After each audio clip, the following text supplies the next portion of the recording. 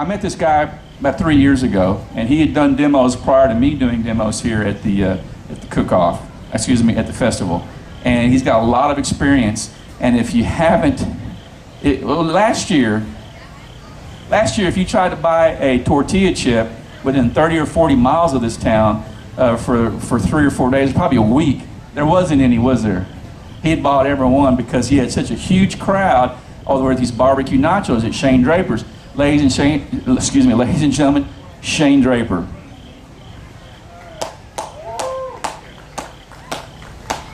You may have to adjust that mic. Brad's a little shorter. So Shane, why Danville? Why this festival?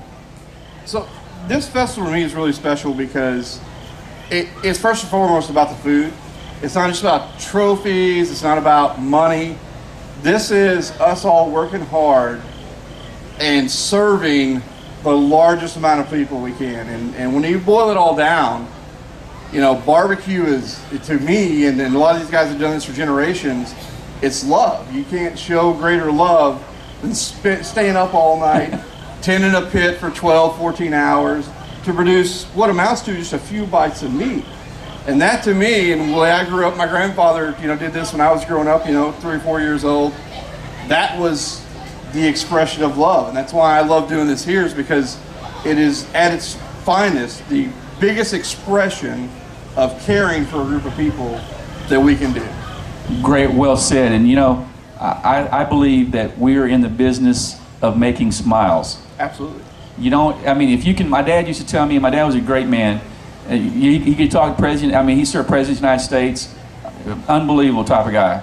And yet he treated everybody the same, and he believed that if you can make someone smile with your food, you're successful. Absolutely. And this barbecue nacho, where'd you get this idea from? Well, so everyone kind of has their own riff on it. You know, I think it actually originated in Memphis. There's a restaurant that kind of started it, but everyone's kind of done their own little take on it. But I really think what makes ours special is the way we prepare the pork shoulder that's on it. And our sauce and rub is quite a bit different from most sauces and rubs on the market. So ours isn't like an overwhelmingly sweet profile up front. It's a little more bold and a little more tangy. Not necessarily a vinegar tang, but it has kind of a boldness to it that when you put it with that nacho cheese, it cuts through and gives you some bright notes against that cheese. And that's what everyone reacts to. So you take that, so you're biting through that. It's like two flavor profiles in it. That's the first two. Yeah. But then what makes it doubly successful is the texture piece of it. So you have this moist, succulent barbecue on top. You're biting through. You have the cheese layer, which is, it's gooey, right? But then you get the crunch of this chip. And if you think about that subliminally, you've hit all the senses, right? Because you can smell it. Yes. You get this crunch. You get the taste. You get this feel.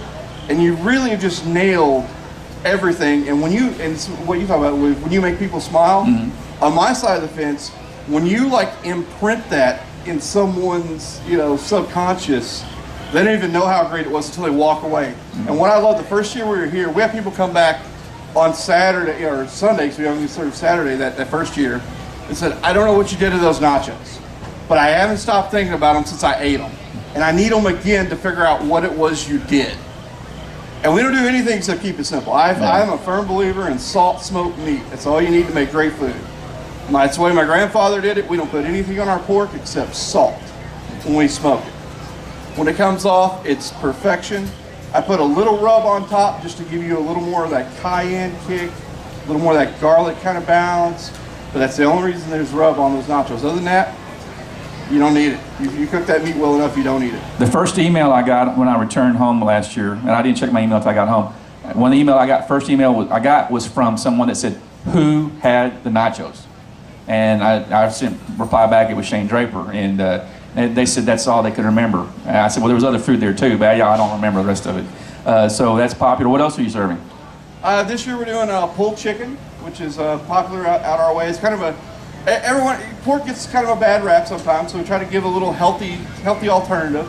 So basically we take a lot of chicken thighs and a lot of breast, smoke that for several hours, pull it all, put our sauce and rub on it, put it on a bun. It's amazing. Pulled chicken. Pulled chicken. Okay. So if you're looking for something a little bit more healthier, Shane Draper pulled chicken. Anything else? We also, of course, have our pulled pork sandwich for the die-hard, purist. But the other thing we get a lot of compliments on is our barbecue bologna. Barbecue bologna. That was a big hit last year. Barbecue bologna.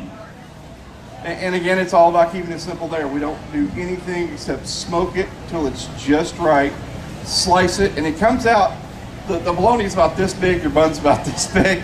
So you get about a 2-inch overhang all around the bun, so it's about enough for 3 people in one sandwich. If you've grown up eating bologna, you would think that's a poor man's dinner or lunch or something. It really isn't, because he just said it's a simple process. Well, he gets it when it's already made, okay? Right. I'm in the butcher business, and and we process, and bologna is a very complicated process, but the way he turns it into something that you eat is really good, because I had never had barbecue bologna until last year.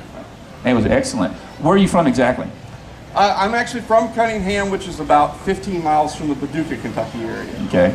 I grew up there. I was there right up till I joined the military. Left for about 15 years. Decided to come back and kind of join the family business and stop doing all the military government contracting things. Kind of fully embrace barbecues. It's kind of funny. You have a long tradition of kind of growing up there as well. Within barbecue, but when you're 18, you think it's the last thing I want to do. Right? Last thing, yes. And you run the other direction, and you end up right in the middle of it anyway. Yes, it all comes back. The story. You always come back home. Ladies and gentlemen, Shane Draper from Kentucky. If you wanted some of his barbecue nachos, if you want some of these the barbecue bologna, his pulled chicken and pulled pork, it's right over there. Shane, thank you so much. Appreciate it. Thank you so much.